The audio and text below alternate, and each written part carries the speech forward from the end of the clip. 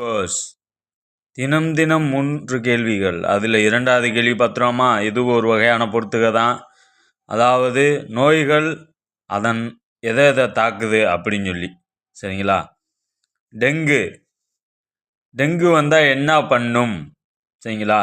எதை தாக்கும் அப்படின்னு கேட்டால், டெங்கு வந்தால் தோல் மற்றும் இரத்தத்தை பாதிக்கும். அப்புறம் இளம்பிள்ளை வாதம் என்ன பண்ணும்? குடல் மற்றும் மூளையை பாதிக்கும்.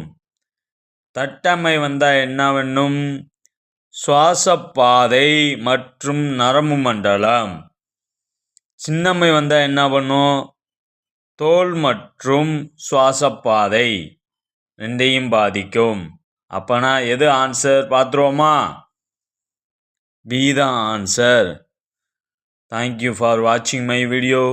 Subscribe my channel, support my channel. Thank you.